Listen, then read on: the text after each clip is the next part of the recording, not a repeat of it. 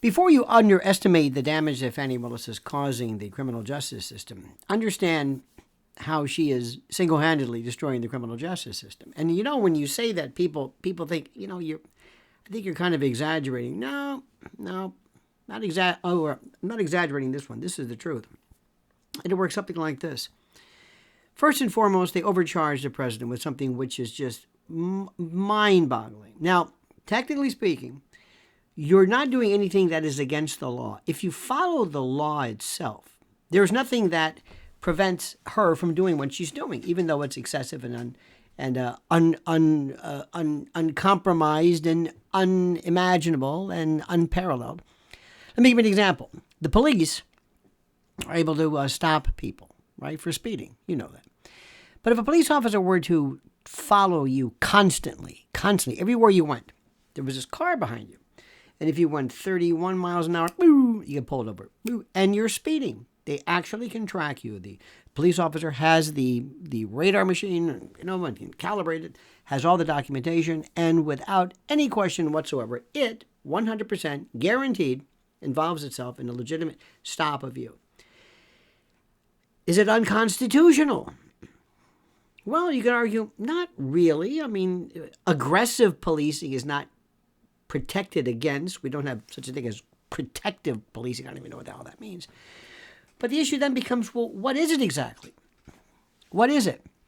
What it is a complete and total disregard and a decline in the concept of what justice is.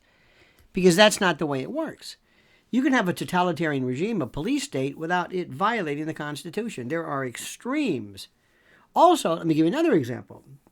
Nobody ever speaks about this, but what happens when the police don't do anything? When you are not held, when you are not held accountable, when nobody comes after you, like many of the beliefs or the systems that we have seen. The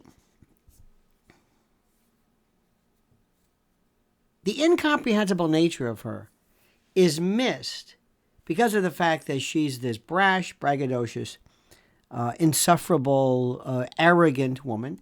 And people think virtually all the time, they think that by virtue of you mentioning her far too much, what you're doing is you're straying into the lane, so to speak, of, how do we say this? Veering into the lane of racism.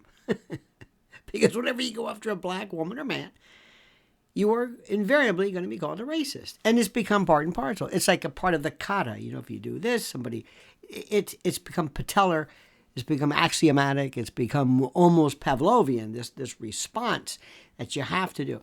But that ruins the point here. What she is doing and what Letitia James is doing, happens to be black as well, but I'm not suggesting there's any kind of black component in this. This is not a racial overuse, but this is a selective enforcement and target prosecution. And what Beria said, who was Stalin's man at the time, said, "Show me the man and I'll show you the crime." When you try to explain this to the country, when you say something's got to be done about this, not only that, well, first of all, nobody will do anything because they just don't. They're not really following it. They don't really care. And plus, they hate Trump and that sort of thing. She's also been perjurious, number one. On so many occasions, it's not even funny. Number two, she has, by virtue of her association with, with our good friend, Mr. Wade, and others, violated, in some respects, obstruction of justice, witness tampering, and the like. She picked up the phone and called Terrence Bradley and said to him, specifically said, they're coming after us. You don't have to say anything. You know that, don't you? That's number one. Number two, Gabe Banks, who represents Wade's old law partner, said, "You're not the leak, are you?" And this is when a lot of this stuff wasn't really well known. And Wade himself called him and says, this is privilege, what we're talking about. Now, there's, the attorney-client privilege is one thing, but when it's the crime-fraud exception, I cannot go to a lawyer and work out, conspire, let's say, to traffic in cocaine or fentanyl, and then turn around and say, he can't testify against me because he's my lawyer. No, because this is a crime or a fraud that we're involved in. And what we're seeing right now, more than anything else, what we're seeing, which is so monstrously, horrid, is that we are seeing examples of such extreme abuse that for reasons that we will never know, just being ignored altogether by a society that, first of all, hates Trump, and we know they hate Trump. They despise Trump, and we know they despise Trump. But also, I think, are just used to the fact that we just have given up. We don't comment, that we think that prosecutors kind of work on their own, that they work outside of the realm of normalcy. We don't have to worry about them. We don't have to concern ourselves with them anymore, because what they do, more than anything else, is they work in a different realm, a different aspect. You don't have to worry about this. Prosecutors are something we can't do anything about. It's like judges. Judges are, in the federal case, appointed for life, and it deals with the subject matter that we really don't know anything about, so we have to look the other way. I'm telling you right now, Fani Willis represents one of the most contemptible, demonstrable, and absolutely unbelievable blows to American jurisprudence, more than anything I or anybody could ever even imagine, or put into any kind of explicable realm of lucidity in any way whatsoever. It's really something. And God bless Ashley Merchant. By the way, the difference between Ashley Merchant and Alina Habba. Alina Habba has an Instagram account with all these pictures. Ashley Merchant has an account that's private. It tells you everything. She's the real lawyer. She's in it for the fight, not for the glory. But then again, this is one of those things that Trump does, which I don't understand. Look, he might not be even paying her. I don't even know. I don't know offhand. But I wouldn't be surprised if he said, look, I'm not going to pay you because you haven't won anything.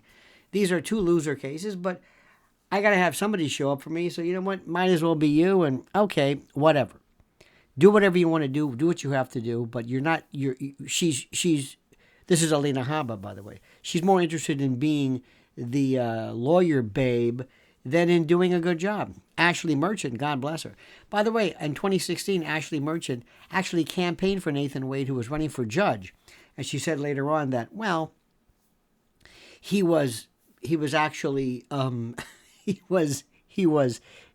better because his opponent was actually corrupt. Really interesting, don't you think? I think so.